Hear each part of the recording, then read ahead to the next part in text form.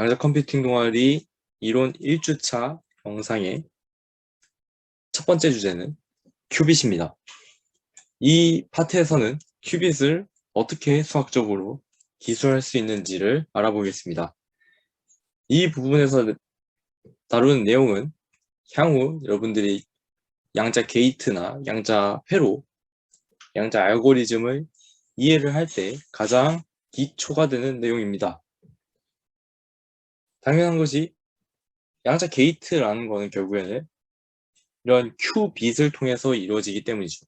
그래서 이 부분을 저희가 설명을 하고 이제 다음에도 계속 설명할 거지만 이 부분을 익혀두는 거는 향후 내용을 이해하는 데 아주 많은 도움이 될 것입니다.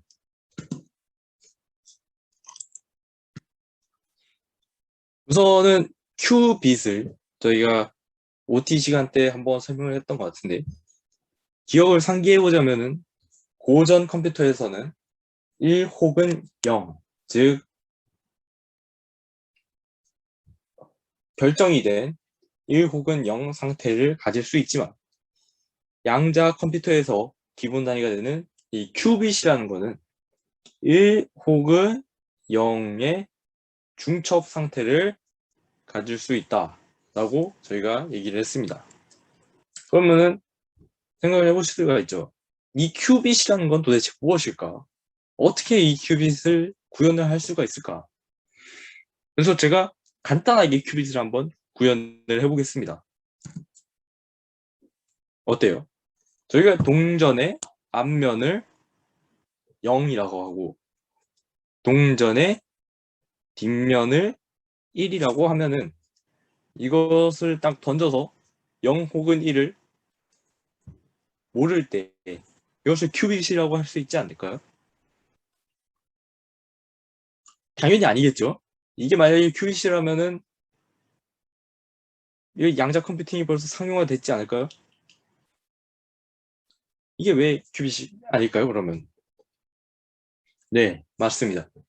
이 동전을 처음 던질 때, 이 동전을 처음 던질 때의 위치와 이 동전의 처음 속도를 안다면 저희가 뉴턴의 법칙을 통해서 F는 ma죠. 뉴턴의 법칙을 통해서 저희는 동전의 모든 미래를 예측을 할 수가 있습니다.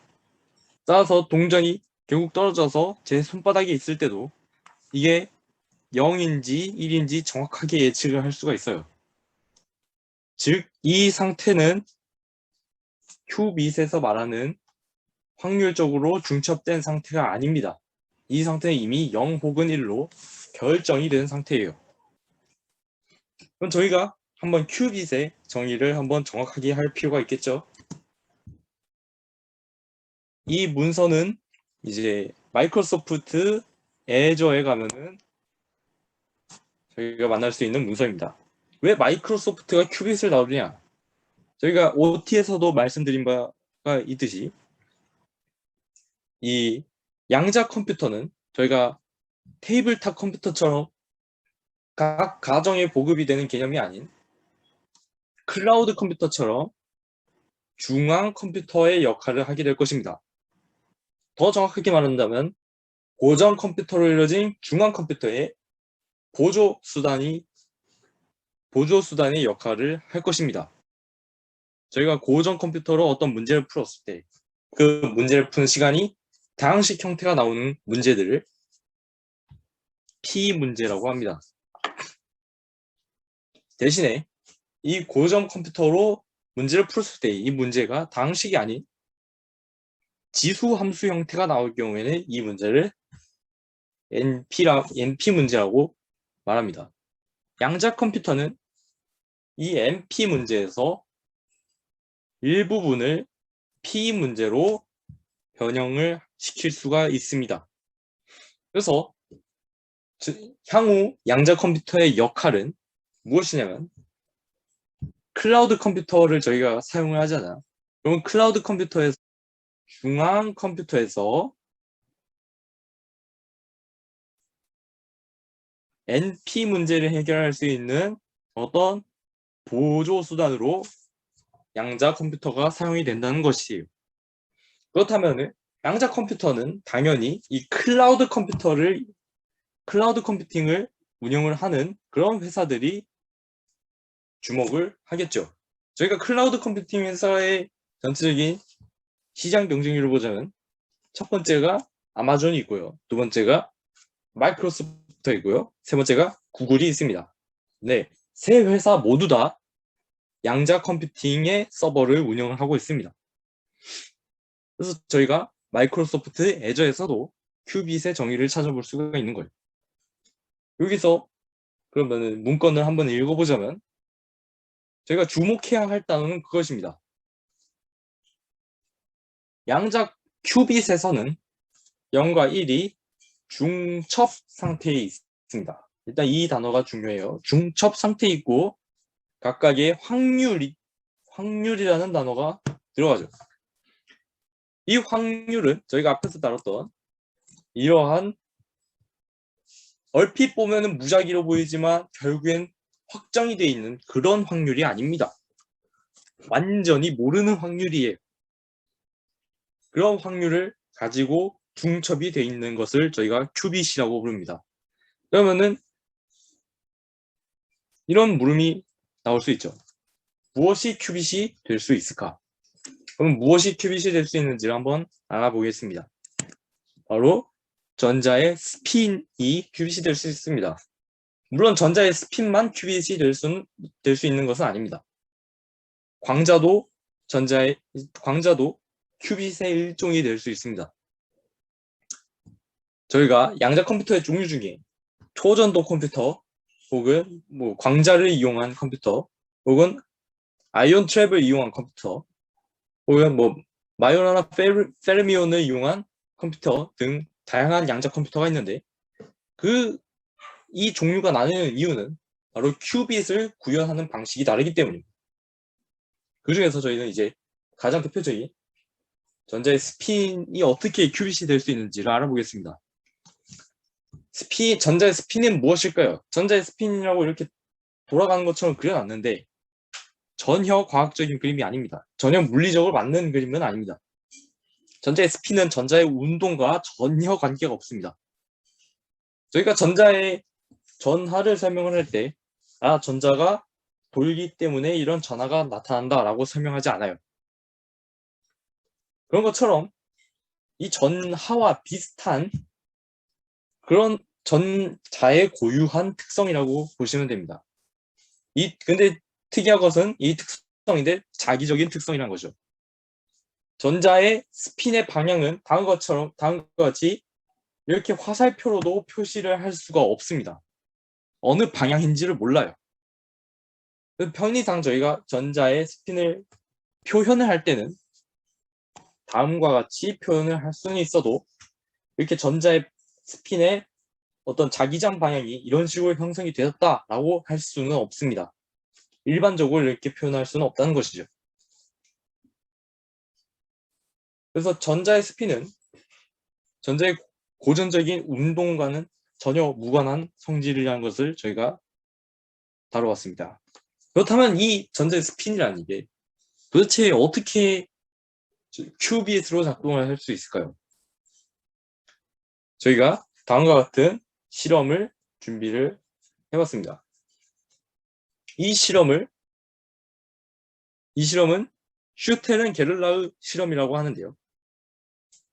이 어떤 실험이냐면 여기서 전자를 저희가 쏘아줍니다. 전자는 스핀이라는 자기적 특성이 있기 때문에 외부 자기장에 반응을 할 수밖에 없어요. 그래서 외부에 아주 균일하지 않은 그런 자기장을 걸어줬을 때 이 전자가 어떻게 움직일까 생각을 해보면 아주 고전적인 상황과는 상도 다른 현상이 나타납니다. 전자가 길을 가다가 자기장을 만나서 영향을 받으면 전자가 갑자기 두 갈래로 나눠집니다. 어떤 스펙트럼으로 이렇게 퍼져서 나오는 게 아니라 정확히 딱 두 갈래로 나눠져요. 이 말은 즉 전자가 가질 수 있는 전자의 스핀이 가질 수 있는 상태가 두 가지뿐이라는 것이죠. 그러면은 이게 갈라지기 전에 전자는 이 두 가지 상태의 중첩이라고 생각을 할 수가 있습니다.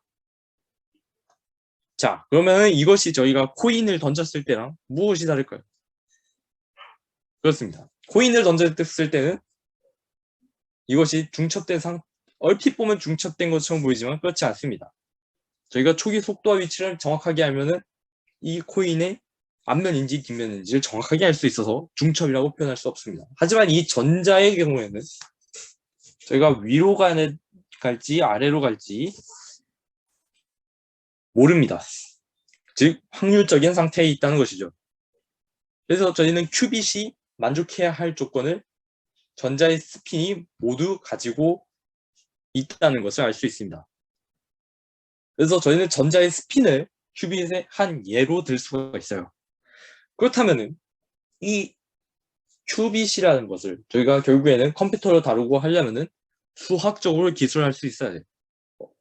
저희가 언어적으로 기술할 수 있다고 해서 수학적으로 저희가 언어적으로 지금은 기술을 해왔지만 이것을 아주 정량화하여 수학적으로 기술을 해야 나중에 저희가 실질적으로 다룰 수 있게 됩니다. 그럼 이걸 수학적으로 어떻게 기술할 수 있느냐? 다음과 같이 기술을 할 수 있습니다. 우선은 여기만 봐주시기 바랍니다. 우선 이쪽에서 우선 큐빗이라는 거는 저희가 두 상태의 중첩이라고 했어요. 확률적인 중첩이죠. 양자에서의 상태는 다음과 같이 괄호 표기를 사용해서 나타냅니다. 이것을 디렉 표기법이라고 합니다. 영어까지는 알 필요가 없어요. 양자에서 큐빗에서 저희가 이 비트의 1 상태에 있을 때를 이렇게 표기를 합니다. 그리고 0의 상태에 있을 때를 다음과 같이 표기를 합니다. 그러면은 큐빗은 1과 0의 중첩에 있죠. 그리고 이 중첩은 확률을 또 포함을 해야 합니다. 그럼 저희가 이 전체적인 양자 큐빗을 다음과 같이 표현을 할 수 있다고 할 수 있죠. 더 식을 자세하게 뜯어보겠습니다. 이 A와 B는 무엇이냐면은 이 0 상태의 A는 이 0 상태의 개수가 되고요. 이 B는 1 상태의 개수가 됩니다. 각각은 복소수가 될 수 있어요. 그러면 이 A와 B가 나타내는 것은 무엇이냐? 이거 잘 보면은 0과 1 상태의 어떤 더하기니까 중첩이라는 거는 알겠습니다. 그럼 A와 B가 뜻하는 거는 당연히 확률이 되겠죠. 왜냐하면 저희가 큐빗을 정의를 할 때 확률과 중첩을 얘기를 했습니다. 그럼 여기서 중첩은 나타냈으니까 확률을 얘기를 해야겠죠. 이 A가 뜻하는 것은 무엇이냐면은 이 양자 큐빗이 0 상태에 있을 확률을 뜻합니다. 근데 A 자체가 확률을 뜻하는 것은 아니고 A의 절대값의 제곱이 확률이 됩니다. 예를 들어서 이 A라는 애가 루트 2분의 i라고 해봅시다. 이 i는 복소수 i를 나타냅니다. 그러면은 이때 이 큐빗이 0 상태를 가질 확률은 무엇이 될까요? 이 a의 절대값의 제곱을 계산을 해주면은 다음과 같이 나타낼 수가 있습니다. 즉 a가 루트 2분의 i일 때는 0 상태에 있을 확률이 2분의 1이라는 것이죠. 여러분 모두 아시다시피 확률의 합은 1이 되어야 합니다. 따라서 A 절대값 제곱과 B 절대값 제곱의 합은 1이 나와야 합니다. 그런데 저희가 여기서 보면은 자, 어떤 양자 상태가 0이다 라고 하면은 이 큐빗 그림상에서 어디에 위치할 수 있을까요?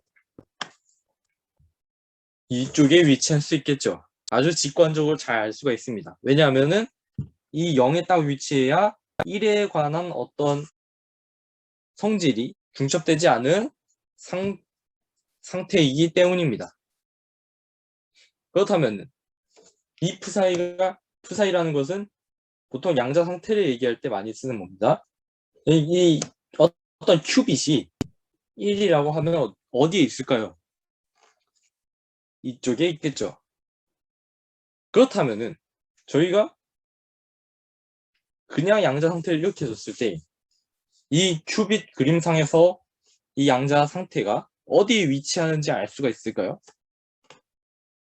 그러지 못합니다. 그럼 저희가 이것을 좀 더 발전시켜서 이 큐빅 그림상에서 어디에 위치를 할 수 있는지 이 식만 주더라도 알 수 있게 만들 수 있지 않을까요? 이것을 바로 블로흐구라고 합니다. 블로흐구입니다.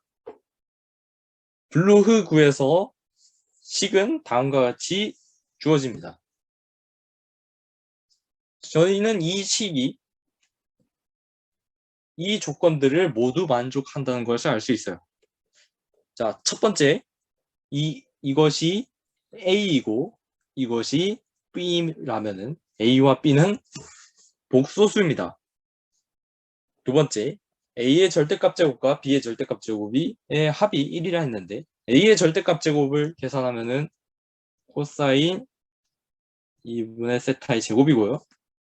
B의 절대값 제곱을 계산을 하면은 사인 2분의 세타의 제곱에다가 2분의 I 파이를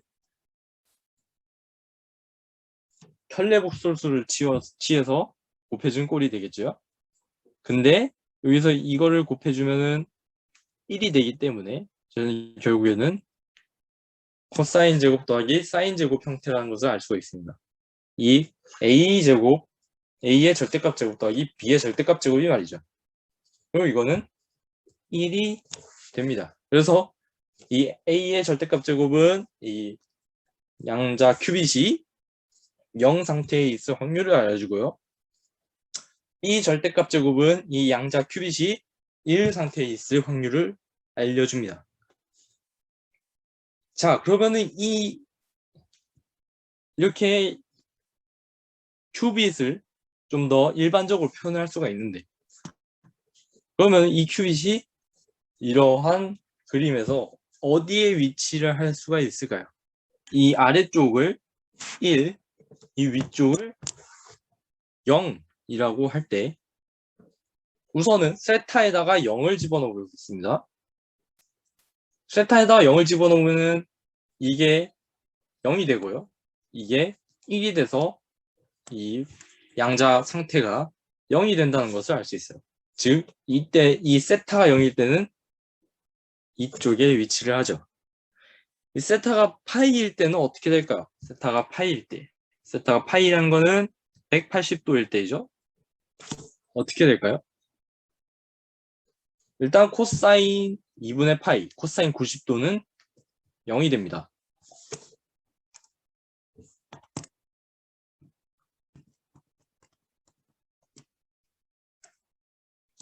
사인 90도는 무엇이 될까요? 1이 됩니다. 그리고 아직 파이는 이거를 파이라고 부르는데 이 파이는 고려하지 않겠습니다. 0으로 두겠습니다. 그러면은 1이 되겠죠. 이 상태는 어떤 상태가 되냐면은 1이 됩니다. 그래서 이쪽에 위치한다는 것을 알 수 있죠. 그래서 이걸 볼 때는 이 세타라는 게 다음과 같은 그림에서 이러한 각도의 역할을 한다는 것을 저희가 어느 정도 직관적으로 예측할 수 있습니다. 다시 한번 얘기해 보자면은 세타가 0일 때는 0의 상태가 되겠고요. 세타가 180도일 때는 이러한 상태가 된다는 것을 알 수가 있죠. 자, 그러면 이 파이라는 것은 무엇이 될까요? 파이. phi가 뜻하는 것을 이제까지 세타가 의미하는 바를 생각을 해봤는데요. 그렇다면은 phi가 뜻하는 것은 무엇이냐면은 바로 요 각도를 말합니다. 이 9에서의 좌표계에 익숙하지 못하신 분이 있을 겁니다. 그래서 다시 한번 좀 더 직관적으로 설명을 해보겠습니다. 우선 구상에서 X축과 Y축과 Z축이 있다고 생각합시다. 그렇다면은 얘가 X축 상의 이쪽에 위치해 있다고 한번 해볼게요. 그리고 X, YG Y축 상의 이 지점에 있는 친구가 있다고 합시다. 그럼 이 지점에서 이 지점을 가려면은 이 X에서 Y로 몇 도를 이동을 해야 될까요? 90도를 이동을 해야 합니다. 그러면은 자, 이번 G축, 이때 G축의 성분은 없었죠. 그럼 G축의 성분 한번 추가해서 한번 말해보겠습니다. 자, X축 성분과 G축 성분을 동일하게 가지고 있는 이러한 점을 생각을 해볼게요. 그리고 G축과 Y축 성분을 동일하게 가지고 있는 이런 상태를 생각을 해볼게요. 이 상태로 Z축을 회전축으로 회전을 하려면은 몇 도를 회전해야 될까요? 똑같이 90도를 회전을 하면 되겠죠. 그런 친구가 바로 이 phi입니다. 그럼 이 상태는 지금 여기서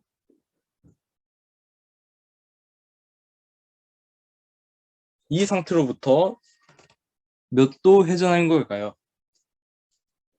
예, 여기 적혀있듯이 phi만큼 회전을 한 것입니다. 이것을 저희가 방위각이라고 부릅니다.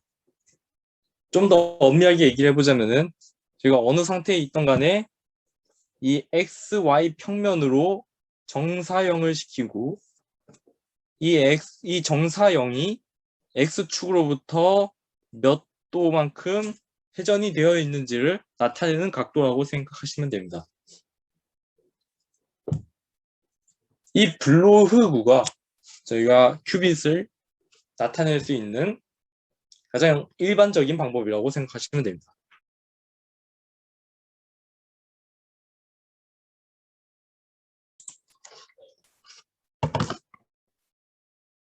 다룰 내용은 오퍼레이터, 연산자라는 것입니다. 양자 컴퓨팅에서는 연산자라는 말보다 양자 게이트라는 말을 더 많이 쓸 것입니다.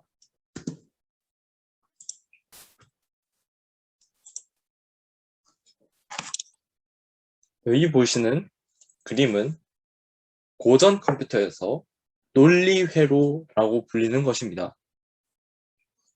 저희가 분명 여기 A, B에 들어가는 입력값들은 당연히 뭐 0 혹은 1이라는 것을 물론 알 수가 있습니다. 하지만 이 고전 컴퓨터에서 이 비트 0 혹은 1 이 비트만 구현을 했을 때 저희가 이런 것 가지고 무슨 계산을 할 수가 있을까요?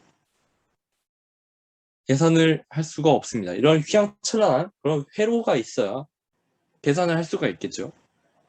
양자 컴퓨터에서도 동일합니다. 저희가 양자 상태의 큐비트를 구현을 할 수가 있었다 하더라도 이런 회로가 없으면은 저희는 양자 컴퓨터를 가지고 계산을 할 수가 없겠죠.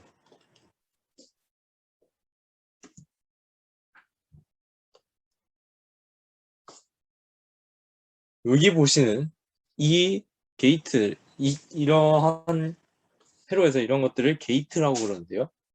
이 게이트는 not 게이트라고 합니다. 이름만 들어도 무언가를 부정하는 게이트인 것 같죠? 이 not 게이트는 무슨 역할을 하냐면은 이 입력값에 0을 입력을 하면은 출력으로는 1을 내보내고 반대로 1을 들여보내면은 내보내는 친구는 0을 내보내는 그런 게이트를 말합니다. 그리고 여기 보시는 이 게이트는